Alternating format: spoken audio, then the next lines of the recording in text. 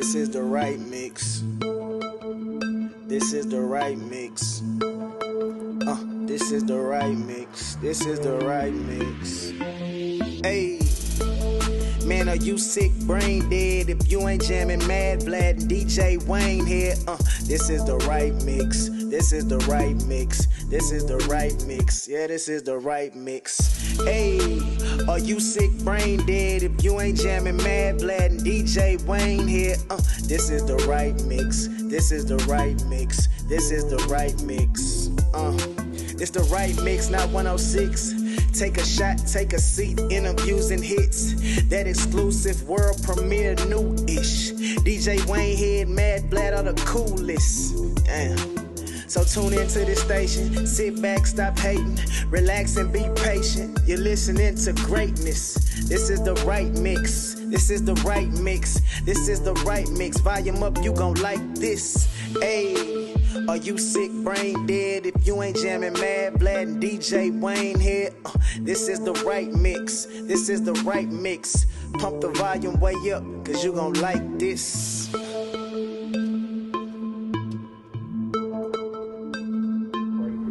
Break it, then they ain't with you. So basically, I present myself as a, trying to present myself as a young man, being 23, doing what I gotta do to show my kids on how to be their own boss, how to actually try to do their own thing as in being young men, because it's better to start now than wait. And it's never too late to start something what you want to do, but it's better to get it in the making, make it where it can happen. So, my thing is just basically keep doing the right thing and moving forward. That's what I'm talking about. You say you're 23? 23. Man, you talking like a man over there about 43 over there. That's a lot of wisdom, man. Appreciate you. Miss Tamisha?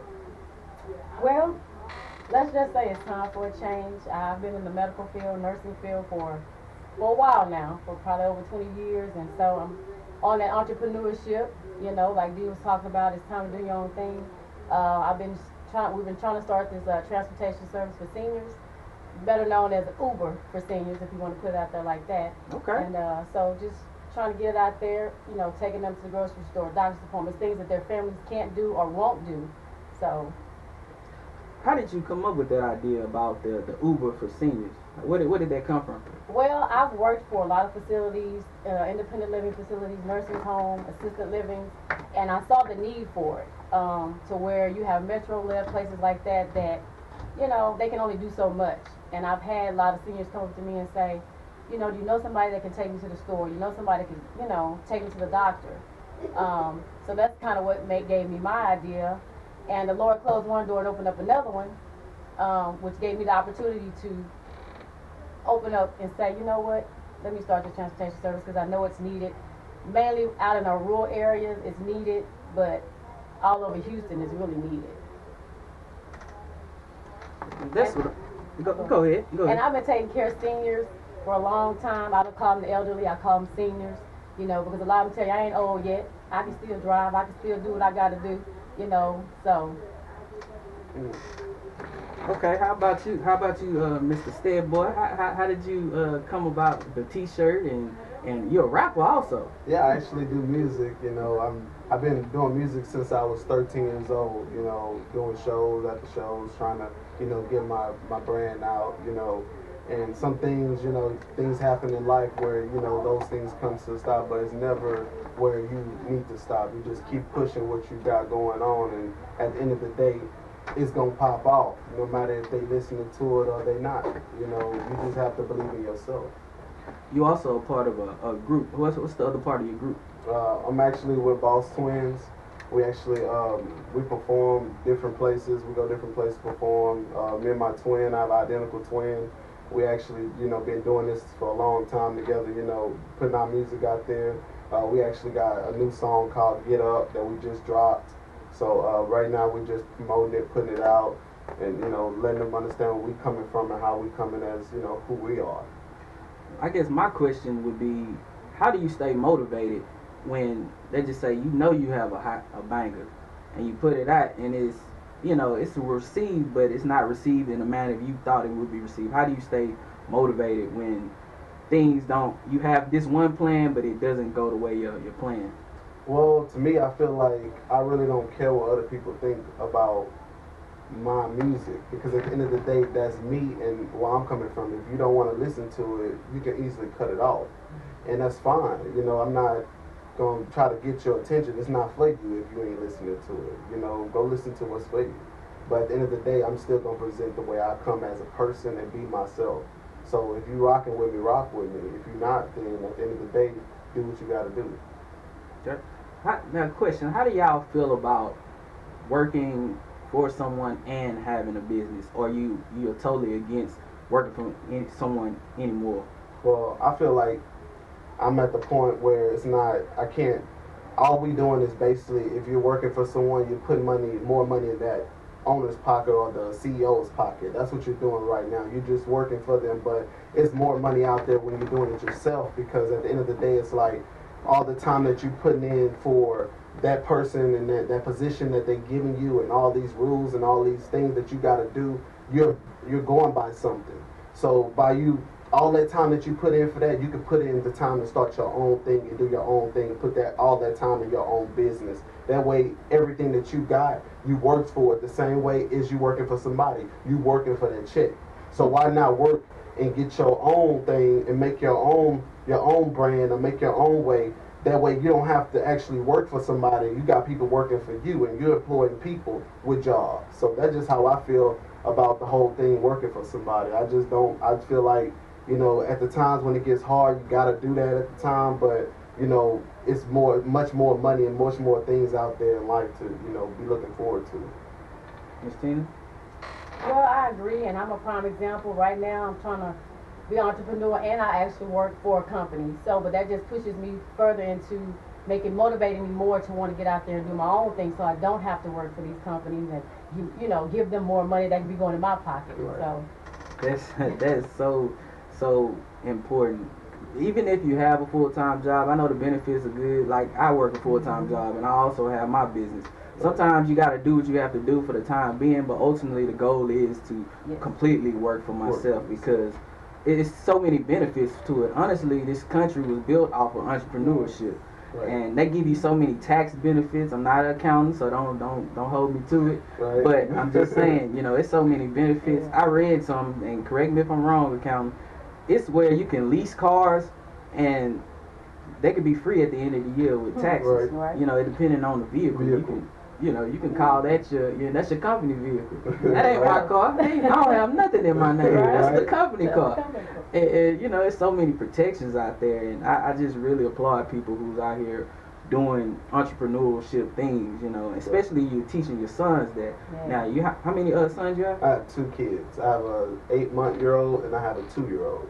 See, he's already instilling that. Most of us don't grow up that way. Most of us see our parents work 30, 40 years for a company, then they retire, then they penny pinch. Well, some don't, but you know, some, you know, they have good retirements and they live okay, but that's 40 years. Imagine if you would have put that into your own business, how far along you would be. And that's just, you know, the thing that really stands out. And I applaud you, brother, for being a young brother. I'm 30.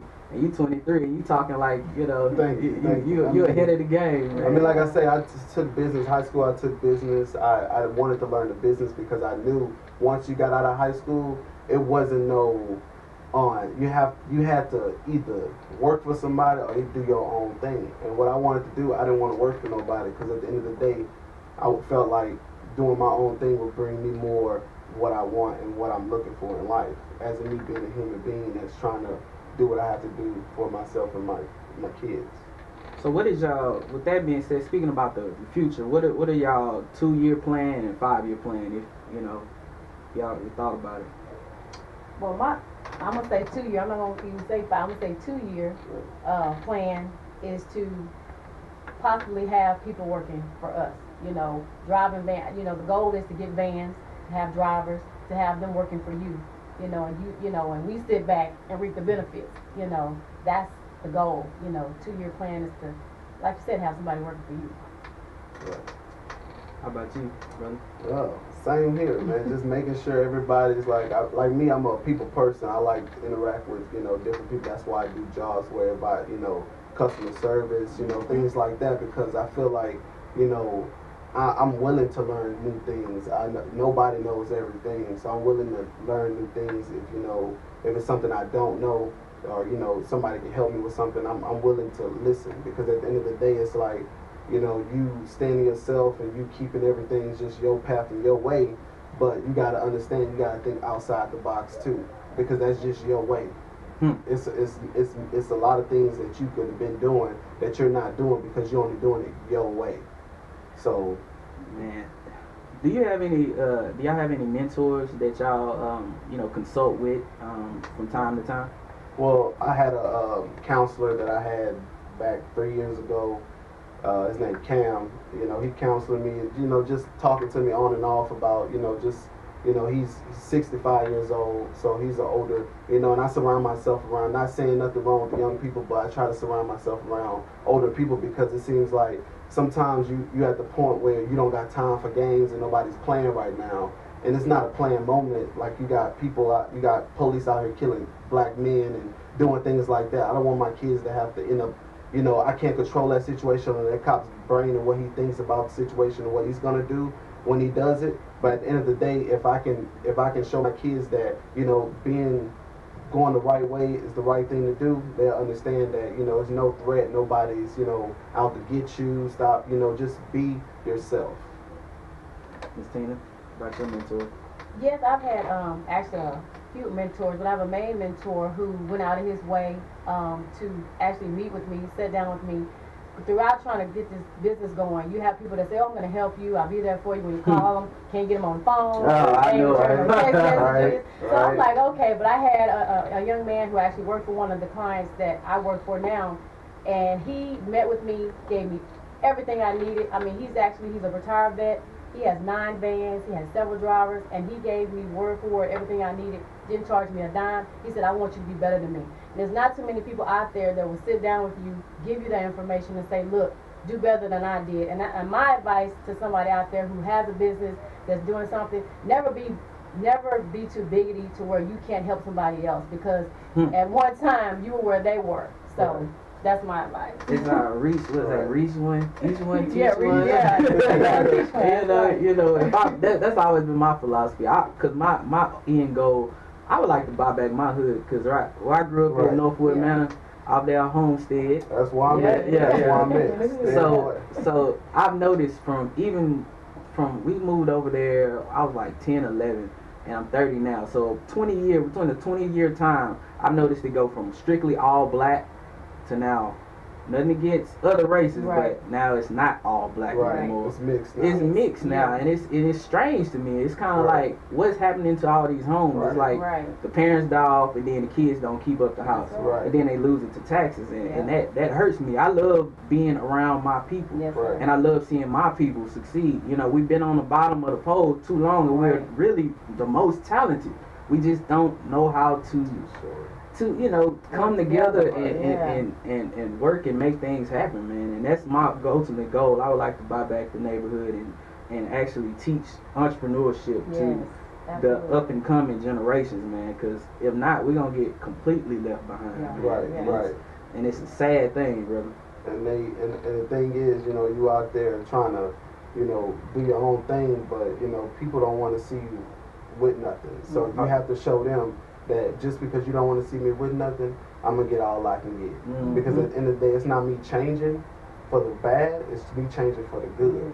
Because if you felt like I feel, on just ownership and be able to do your own thing, then you would be where I'm at, and you would feel the same way.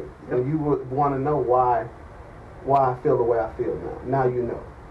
So before we end, it's something I really wanted to talk to you about. What's up?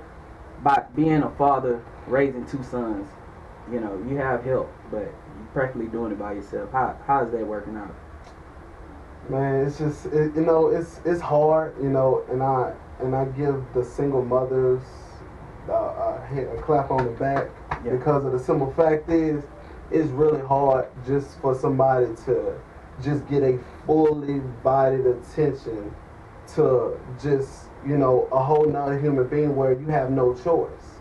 So at the end of the day, some people, they feel like, you know, they can do what a woman do, you really can't, because now I'm at the phase where I know that if by me not having Tamisha, or you know, having people around me that knows, you know, exactly where it's supposed to be, or how these kids are supposed to be taken care of, you know, that helps me a lot, because now I see the things that I don't know, they bring that to me in my mind. So now things that I do get on my kids about, that I say, I don't do that no more, because now I know I'm only 23. I ain't been here that long, but I know that I got people like Tamisha, my mom, and people around me that's letting me know that, hey, it's not that much of a big deal. So, you know, just me having those type of people around me, you know, it helps me a lot to keep me from, you know, feeling like, you know, it's just me, you know, and my baby's mother, she don't want to have anything to do with the kids, which, you know, is fine with me, because I know my kids going to be taken care of regardless. Amen. Regardless. So it's like, I'm not tripping about that. I just want to make sure my kids understand that you have to be a man, because at the end of the day, the people want to see you fall as a black man. That's what they want for you. And that's not what I'm going to teach my boys. We're going to know how to be men, and that's just how we're going to run. And, you know, being a father, you know, it takes a lot, you know, just being a full-time father, just every day, constant, changing diapers, you know, fixing bottles, all that stuff. You know, I know exactly what these single women are going through. It's really out there. No man, and I'm not going to say no man, but most men don't understand that, because they feel like, since I didn't have this child, I don't got to take care of this child. But you got to understand, that's your child too, because she didn't have that by herself. You know, and it takes two to do anything. So at the end of the day, it's like, you know, if you can't step up as a man, then how you going to step up to do anything else you trying to do? I never understood men who can have children out here and don't want anything to do with them. I look at my son, it just doesn't make sense. It doesn't make sense to me. I feel like if you going to turn your back on your own child, then you need to turn your back on your mama. Yeah. You need to turn your back on everybody that you so-called love, because you do not love them. Yep. Because if you knew what love was, you would feel that love between your kids that you got, that's real love. And I promise you'll be like, you know what? That person don't love me. That person don't love me, because you see how your kids love you. Yep. And your kids show you that love that nobody else gonna show you, because they ain't been here before. You been here. You so-called know everything, but your kids don't. So you have to be here to show them and guide them, not just to be the best in life, but show them the right way, because, you know, they gonna do what they want to do anyway when they get older. So you just got to show them the right way on how to go in life. That's it. And I'm sorry, never been interrupt, but it's rare that you find fathers taking care of their kids. You know, being the single father and not the single mother. So when people hear, oh, this father's taking care, and I have to say that D is a very, very good father. You know, and he's learning, he's knowing, he's, like he said, he knows there's some things that he don't know, but he knows now. But it's very rare. And so when you find a man taking care of his sons or his kids, period, I applaud them, because it's not easy.